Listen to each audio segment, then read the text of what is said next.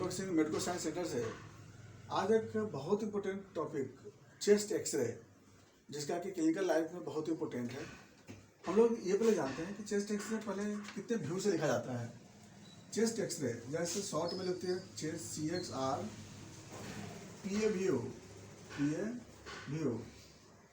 Chest x-ray AP view, chest x ray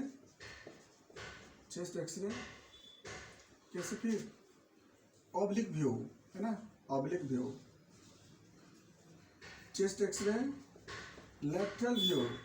यानी कि इसको हम लोग अलग अलग डिजीज में अलग अलग कंडीशन में अलग अलग व्यू से लिखते हैं, लेकिन जो सबसे कॉमनेस्ट है chest x-ray PA view.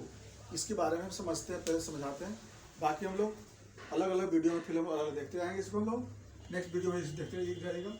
Next सबसे पहली बात है कि यह व्यू का मतलब क्या होता है।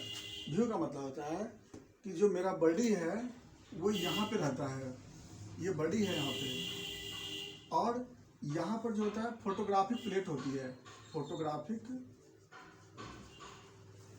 प्लेट, और यहाँ पर क्या होती है एक्सपोजर। जो एक्सपोजर होता है ना, एक्सपोजर, तो बॉडी के पोस्टीरियर पार्ट से, ये बॉडी का क्या पोस्टीरियर पार्ट है, और ये बॉडी का इंटीरियर पार्ट है। बॉडी का इंटीरियर पार्ट क्या हो गया, बॉडी के इंटीरियर पार्ट में प्लेट है, पोस्टीरियर पार्ट में क्या है एक्सपोजर है। तो पोस्टीरियर पार्ट से इंटीरियर पार्ट की तरफ जो एक्सपोजर करते हैं तो इसको हम लोग बोलते हैं PA व्यू बोलते हैं।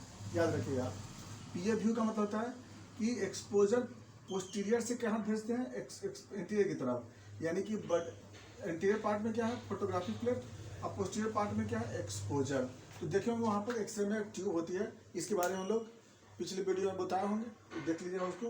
तो हम लोग अब नेक्स्ट बात हम लोग आगे चलते हैं हम लोग कि PA व्यू का इम्पोर्टेंस क्या है। Chest x-ray PA view, posterior to interior view, इसका इम्पोर्टेंस सबसे ज़्यादा है, चाहे वो हेल्थ प्रोफाइल से हो, लंग्स डिजीज को देखने के लिए हो, किसी भी सर्जरी से पहले, एनेस्थीसिया से पहले है, फिजिकल एग्जामिनेशन करने के लिए हो, या कोई भी ऐसा जब प्रोसीजर होती है, तो हेल्थ प्रोफाइल से लेकर के और चेस्ट डिजीज तक में सबसे ज़्यादा अगर कोई रेडियोलॉजी का यूज किया जाता है तो वो है चेस्ट एक्सरे PA व्यू। इसका सभी जगह यूज करते हैं हम लोग। ज़्यादातर केस हम लोग डिजीज देखने के लिए भी करते हैं हम लोग, जैसे चाहे वो ब्रोंकाइटिस है, पल्मोनरी ट्यूबरकुलोसिस है, pneumonia, emphysema, asthma, bronchiectasis, so many types of pulmonary disorders. तो अब हम लोग इसमें देखते जाएंगे और हम लोग बताते जाएंगे चेस्ट एक्सरे देखने का सिंपल तरीका, कैसे हम लोग इसको देखते हैं। क्योंकि जो किया जाता है वो तो रेडियोलॉजी वाले करते हैं, लेकिन हमें दो चीज़ मिलता है, या तो प्लेट मिलता है नहीं तो रिपोर्ट मिलता है ना। तो प्लेट और रिपोर्ट कैसे देखेंगे, तो इसमें स्टेप बाय स्टेप समझते जाइएगा। सबसे पहला हम लोग प्लेट देखते हैं। ये प्लेट जिस पे आपको मालूम होगा, इसका जो एक्सरे का थ्योरी है, सॉलिड, लिक्विड और गैस। सॉलिड में क्या होती है, जो फोटोग्राफिक प्लेट है ना, वो जैसे व्हाइट का व्हाइट ही रहेगा, और इसमें आपको दिखाई देगा जो रिब्स है, रिब्स, बीच में स्टर्नम, यहाँ पर हार्ट का शैडो का मार्जिन, स्टर्नम, ये हार्ट शैडो मार्जिन इधर में, और यहाँ पे रिब्स वाइट रिब्स का मार्जिन दिखाई देगा। यहाँ पे हम लोग प्लेट देखते हैं तो प्लेट पे दिखाई देगा। अभी बताते हैं आपको हम। नीचे में डायफ्राम, ये भी वाइट मिलेगा, बीच में वाइट, ये हार्ट का शैडो है, ये भी वाइट मिलेगा। ये रिब्स, बाकी सब मार्जिन, जैसा कि आपको मालूम होगा। जैसे ये प्लेट देखिए, एक एक्सरे प्लेट है, एक देखिए जैसे हम बताया इसमें अभी, नीचे में क्या है सब वाइट, सब ये सब है ना, ये बीच में वाइट है। वाइट मतलब क्या कि प्लेट का नॉर्मल कलर वाइट ही होता है। अगर प्लेट पर अगर रेडिएशन चला जाएगा तो ब्लैक हो जाएगी, नहीं जाएगा तो वाइट रहेगा। तो प्लेट पे अगर नहीं जाएगा, क्या नहीं जाएगा, रेडिएशन नहीं जाएगा, तो इसका मतलब प्लेट का कलर कैसा है, वाइट है, वाइट ही रहेगा। अब चला जाएगा क्यों, अगर गैस रहेगा तो क्या करेगा, एक्सरे को ऑब्जर्व करेगा। तो ये थ्योरी याद रखिएगा। तो सॉलिड से कभी भी एक्सरे क्या होता है, रिटर्न हो जाता है, तो या इसलिए व्हाइट दिखाई देगा।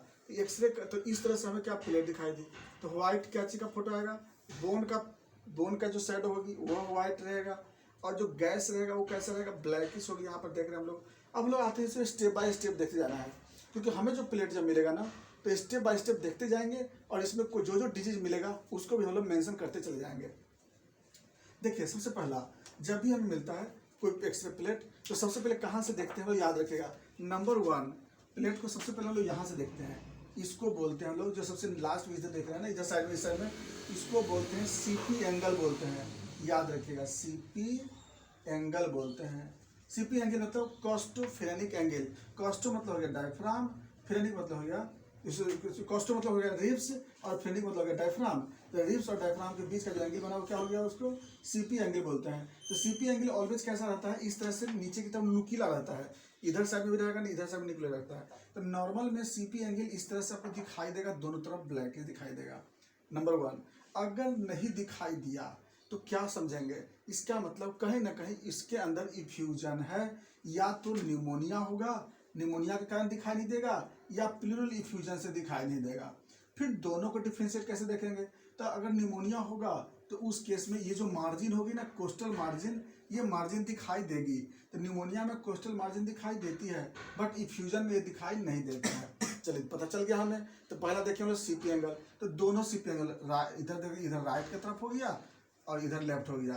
तो राइट सीपी एंगल और लेफ्ट सीपी एंगल दोनों देख लेंगे हम लोग। तो सीपी एंगल को पहला नंबर देख लेते हैं। दूसरा नंबर पे क्या देखते हैं, ये है फ्रेनिक मतलब डायफ्राम, और ये हो गया हार्ट। तो इसको बोलते हैं क्या, कार्डियोफ्रेनिक एंगल। याद रखिएगा।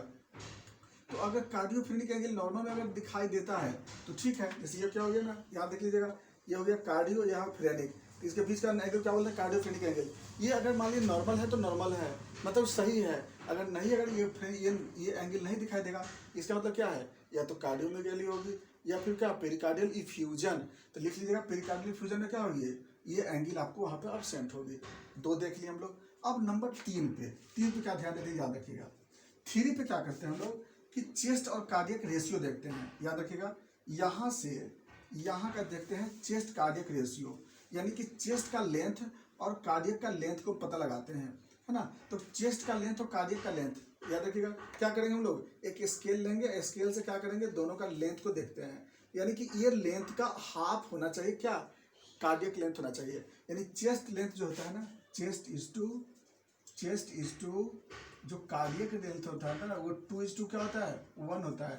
यानी कि अगर पूरे 24 सेंटीमीटर होगा तो 12 सेंटीमीटर क्या होगा, कार्डियक शैडो होगा। तो इसका मतलब क्या हो गया, नॉर्मल है। तो याद रखिएगा, यहाँ से क्या लेंथ नाप लेंगे, तो लेंथ को नाप लेंगे तीसरे नंबर पे, और इसके बाद इसको नाप लेंगे। अगर इस चेस्ट के लेंथ से अगर हाफ और हाफ के बराबर है तो क्या बोलेंगे, नॉर्मल कार्डियक शैडो। क्या बोलते हैं, नॉर्मल कार्डियक शैडो। लेकिन अगर ये हाफ से कम है, अगर ये 24 सेंटीमीटर, ये पूरा अगर चेस्ट का आ रहा है 24 सेंटीमीटर आ है सपोज दैट, तो अगर कार्डियक शैडो अगर 8 सेंटीमीटर आ रही है, इसका मतलब क्या हो गया, कार्डियक कोलैप्स या कार्डियक टेम्पोनेट। नेक्स्ट पॉइंट, अगर ये शैडो अगर बड़ा हुआ आ रहा है नॉर्मल से, अगर इस आ रहा है क्या, 14 सेंटीमीटर 15 सेंटीमीटर आ रही है, इसका मतलब क्या बोलेंगे, कार्डियोमेगाली, यानी कार्डियक शैडो क्या हो रही है, इनलार्ज हो रही है। चलिए अब नेक्स्ट पॉइंट अगला देखते हैं। अगर ये कार्डियोमेगाली है तो लेफ्ट साइड में देखते हैं कि अब यहाँ से हम लोग ये स्केल नापते हैं। हम लोग यहाँ से क्या करते हैं ना, एक स्केल लेकर के लोग नाप लेते हैं। अगर ये मिड क्लेविकुलर लाइन, इसको क्या बोलते हैं, मिड क्लेविकुलर लाइन। तो मिड क्लेविकुलर लाइन से अगर टच कर रहा है ना, तो इसको क्या बोलेंगे, नॉर्मल। अगर इससे अगर आगे बढ़ गया, इधर की तरफ बढ़ रहा है, तो हम क्या बोलेंगे, लेफ्ट वेंट्रिकल हाइपरट्रोफी। क्या बोलेंगे हम लोग, लेफ्ट वेंट्रिकल हाइपरट्रोफी। अच्छा, अगर हम लोग इधर की तरफ देख रहे हैं तो मिड क्लेविकुलर लाइन से हाफ का हाफ होता है, यानी कि यहाँ से यहाँ कितना, 6 सेंटीमीटर, और ये कितना हो जाएगा, 3 सेंटीमीटर। तो यानी कि अगर 3 सेंटीमीटर से ज़्यादा हो रही है, इधर देख रहे हैं, तो अगर ये 3 सेंटीमीटर ज़्यादा होगी तो इसको क्या बोलेंगे हम लोग, इसको हम लोग बोलते हैं राइट वेंट्रिकल हाइपरट्रोफी। तो देखिए लेफ्ट वेंट्रिकल हाइपरट्रोफी में क्या होती है कि क्लेविकुलर लाइन से पार कर जाता है। राइट वेंट्रिकल हाइपरट्रोफी में क्या होता है ना, क्लेविकुलर लाइन की इसके बीच में आ जाता है, तो इसको बोलते हैं राइट वेंट्रिकल हाइपरट्रोफी। चलिए अब यहाँ तक तो हम लोग देख लिया। अब और ऊपर बढ़ते हैं। अब हम लोग क्या करते हैं ना कि यहाँ से स्केल को यहाँ से यहाँ लेके जाते हैं। अब क्या करेंगे, स्केल को यहाँ से लेके जाएंगे। अगर बाय द वे ये लेंथ यहाँ पे क्या हो जाएगी ना, इस पूरे लेंथ का ये 1/3 योग दिखाई देगा। तो 1/3 अगर आ रहा है तो ठीक है, अगर 1/3 से ज़्यादा हो जाए तो इसका मतलब क्या है, एट्रियम हाइपरट्रोफी या फिर मीडियास्टिनम शिफ्ट बोलते हैं हम लोग। क्या बोलते हैं, मीडियास्टिनम शिफ्ट टू। अगर मान लीजिए ये अगर शिफ्ट इधर की तरफ कर रहा है तो इसको क्या बोलेंगे, मीडियास्टिनम शिफ्ट टू राइट। अगर इधर की तरफ होगा तो क्या बोलेंगे, मीडियास्टिनम शिफ्ट टू लेफ्ट। तो मीडियास्टिनम शिफ्ट क्यों करेगी, अगर मान लीजिए कार्डियक प्रॉब्लम अगर होगी या फिर लंग्स में वहाँ पर प्रॉब्लम होगी तब भी वहाँ पर मीडियास्टिनम क्या करेगी, शिफ्ट करेगी। नेक्स्ट हम लोग अब स्केल को और ऊपर लेके जाएंगे। अब क्या करेंगे, इससे जस्ट इसको ऊपर लेके जाएंगे, यानी जो हार्ट का बेस होता है ना, इसको बेस बोलते हैं, इसको एपेक्स बोलते हैं या बेस बोलते हैं। अगर यहाँ से हम लोग यहाँ से लेंथ नापते हैं, ठीक है, अगर ये लेंथ को नाप लेते हैं तो लेंथ के नाप के और इससे जस्ट यहाँ इससे थोड़ा ऊपर, तो मेडिसिन को ले लेते हैं ना, यहाँ पर अगर लेंथ अगर बीचों बीच आ रही है तो बीचों बीच आए तो क्या बोलते हैं हम लोग, trachea shift, trachea present in mid line, यानी कि ट्रैकिया क्या हो रही है, मिड लाइन में प्रेजेंट है। लेकिन अगर भाई मिड लाइन से इधर हो रही है, यानी कि अगर लेफ्ट की तरफ जा रही है तो क्या बोलेंगे, ट्रैकिया शिफ्ट टू लेफ्ट। अगर इधर की तरफ जाएंगे तो क्या बोलेंगे, ट्रैकिया शिफ्ट टू राइट। अब ट्रैकिया राइट की तरफ शिफ्ट होगा या लेफ्ट की तरफ शिफ्ट होगा, इसका मतलब अगर लेफ्ट की तरफ शिफ्ट हो रही है इसका दो मतलब होता है। क्या मतलब होता है, या तो लेफ्ट लंग इसका कोलैप्स है ना, या फिर राइट लंग्स की तरफ कोई ट्यूमर है। तो अब इसको कैसे पता लगाएंगे, लेफ्ट लंग कोलैप्स है तो इसका मतलब क्या हम देखेंगे, राइट लंग्स की तरफ देखेंगे, राइट लंग्स की तरफ कोई भी कुछ नहीं है यहाँ पे, इसका मतलब फिर से वो क्या बोलेंगे, अच्छा आपका लेफ्ट लंग कोलैप्स कर गई है। अच्छा अगर मान लीजिए राइट लंग्स की तरफ यहाँ पर कोई मास दिखाई देगी तब क्या बोलेंगे, अच्छा राइट लंग की तरफ आपको फाइब्रोसिस है जिसके कारण क्या हो चुकी है, वो ट्रैकिया शिफ्ट कर गई है। अब यहाँ पर देख लिए, अब इसको भी देखने के बाद अब क्या हम लोग देखते हैं अपन, इसके बाद क्या देखते हैं हम लोग कि कहाँ कहाँ पे ट्यूबरकल है। अब देखते हैं ट्यूबरकल मास देखते हैं, ऐसे ट्यूबरकल जैसे मान लीजिए प्रोजेक्ट कि अगर हम लोग देखते हैं, जैसे ये देखिए एक चेस्ट आपको एक्सरे मिलेगा, आपको ये एक्सरे देखिए, इसमें आपको ना आपको कोस्टल प्लेन सीपी एंगल दिखाई नहीं दे रही है, ना कार्डिक शैडो प्रॉपर दिखाई दे रही है, आपको शैडो पूरा पूरा गड़बड़ दिखाई दे रही है। इसका मतलब क्या है, ये पूरा का पूरा क्या है, फ्यूजन हो चुकी है। इसमें ट्यूबरकल पैच मिलेगा आपको, ऊपर में क्या मिल रही है, ये सब क्या चीज छोटे छोटे क्या ट्यूबरकल पैच मिल रहा है ना। तो ट्यूबरकल पैच देखने के लिए क्या करेंगे हम लोग, देखिए सबसे पहले क्या करेंगे, ट्यूबरकल व्हाइट व्हाइट क्या मिलेगा आपको, पैच मिलेगी, है ना, व्हाइट पैच मिलेगी, ये ट्यूबरकल पैच मिल जाएगा। अगर प्लूरल फ्यूजन देखेंगे तो मार्जिन नहीं मिलेगी आपको। निमोनिया देखना होगा तो कंप्लीट व्हाइट दिखाई देगा यहाँ पर, जैसे एकदम कंप्लीट व्हाइट हो जाएगी निमोनिया में, याद रखिएगा, ठीक है। उसके बाद अगर हमें एम्फाइसीमा देखना होगा तो यहाँ पर क्या मिलेगी, पूरा का पूरा ब्लैक दिखाई देगी, ट्रांसलूसेंट बोलते हैं उसको, पूरा का पूरा कैसा हो जाएगा, ब्लैक, यहाँ पर ट्रांसलूसेंट बोलते हैं। अगर बाई द वे यहाँ पर ब्रोंकिएक्टेसिस होगी तब क्या होगी, यहाँ पर ब्रांचेज में ब्लैकिश ब्रांच मिलेगी, यहाँ पर ब्रांच यहाँ पर मिलेगी। इस तरह से वो देखते हैं यहाँ पर, है ना।